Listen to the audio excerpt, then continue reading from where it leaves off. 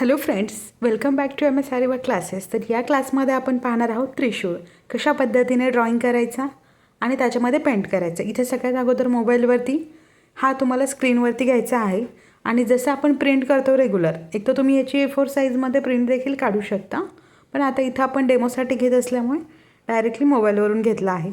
पूर्ण असं ड्रॉ करून घ्यायचं आहे. ड्रॉइंग करताना नेहमी पेन्सिलचा यूज करायचा, डायरेक्टली पेन वगैरे यूज नाही करायचा. इथं आता स्कूलमध्ये जी आपण पेन्सिल यूज करतो ती रेग्युलर पेन्सिल देखील तुम्ही व्हाईट कलरच्या फॅब्रिकवर यूज करू शकता. ज्यावेळेस तुमचा फॅब्रिक हा कलरफुल असेल त्यावेळेला व्हाईट पेन्सिल यूज करायची. आता याच्यासाठी सगळ्यात अगोदर तर आपण कलर शेडिंग पाहणार आहोत. सर्वात अगोदर इथे तुम्हाला येलो कलर घ्यायचा पॅलेटमध्ये, त्याचबरोबर ब्राऊन कलर देखील घ्यायचा आहे.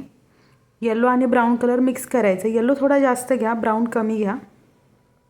आता हा कलर थोडासा घट्ट झाले होते, खूप दिवसापासून आपण यूज करत आहोत हे कलर्स क्लास स्टार्ट झाल्यापासून. तर याच्यामध्ये मीडियम ॲड करायचं एक ड्रॉप.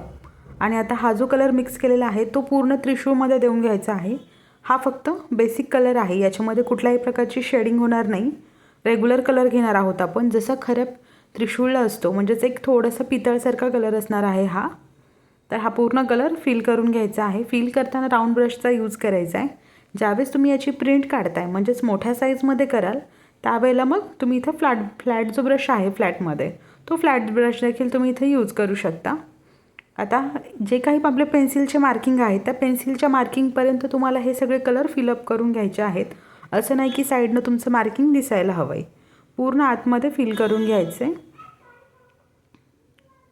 याच्या जागा आता ऑप्शन आहे, जर सपोज तुमच्याकडे ब्राऊन कलर आहे पण येलो कलर नाही, तर तुम्ही त्याच्यामध्ये हलकासा व्हाईट मिक्स करू शकता. आणि जर हे दोन्ही कलर नसतील तर स्पेशली इथं गोल्डन कलर घेतला, जो आपण ज्वेलरीसाठी वगैरे यूज करतो, तो गोल्डन कलर पण तुम्ही यामध्ये घेऊ शकता. गोल्डनमध्ये येलो मिक्स करायचा. पूर्ण आता इथे कलर फिलअप होत आला आहे, पाहू शकता.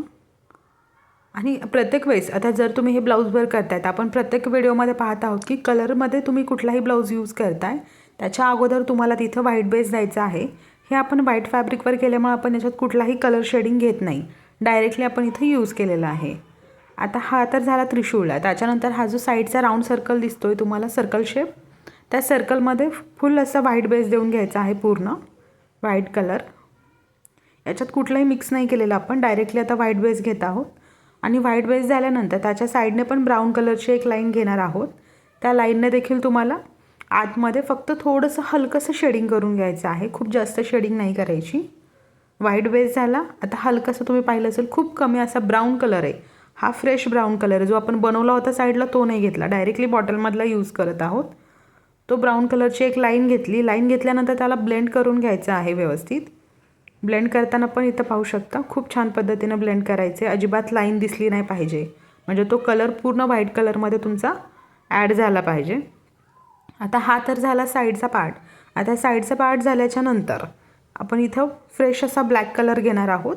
आणि ब्लॅक कलरनं ही जी डोरी दिसते आणि आतमध्ये जो शेप आहे थोडासा अंडाकृती साईजमध्ये येईल, तो देखील ब्लॅक कलरनं फिल करून घ्यायचा आहे.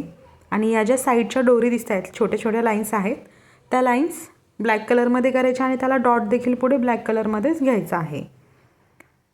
काही कलर आपण फ्रेश यूज केले आहेत, काहींमध्ये मिक्स केलेला आहे. आणि प्रत्येक कलर मिक्स केल्यानंतर मी तुम्हाला पुढे दाखवत देखील आहे. त्यामुळे ज्यावेळेस मी डायरेक्टली कलर घेते आणि ब्लॅक म्हटलं की ब्लॅकच घ्यायचा, त्याच्यामध्ये कुठलाही कलर मिक्सअप करू नका.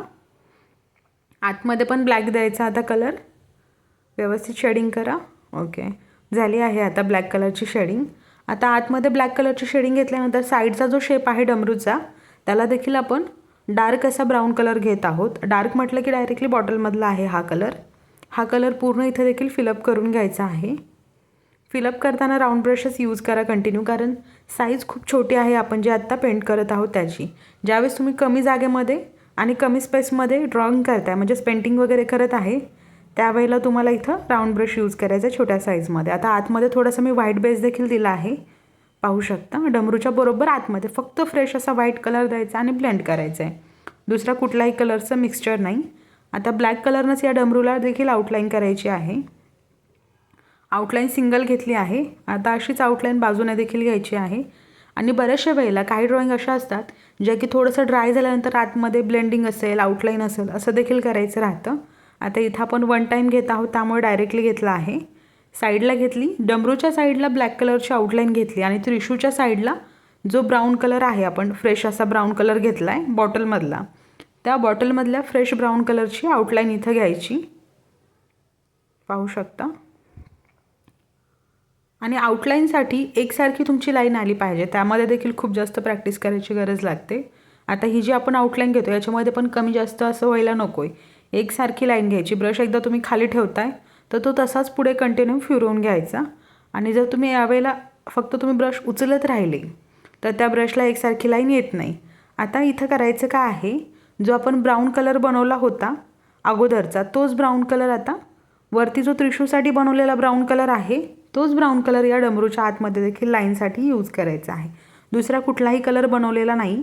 स्टार्टिंगला जो आपण त्रिशूळला दिला होता त्याच कलरने आपण इथं लाईन्स करत आहोत आता. आणि आतमध्ये जो ब्लॅक कलर आहे त्या ब्लॅक कलरच्या मध्ये देखील यानेच लाईन करायच्या आहेत, याच त्रिशूसाठी घेतलेल्या कलरनं. तुम्ही इथं व्हाईट देखील घेऊ शकता, पण आपण हा कलर यूज केलेला आहे. आणि अशाच पद्धतीने आपला इथं आता त्रिशूळ देखील कंप्लीट होत आला आहे. हे आहे आपल्या ऑनलाईन क्लासमधील आजचं स्टुडंटचं वर्क.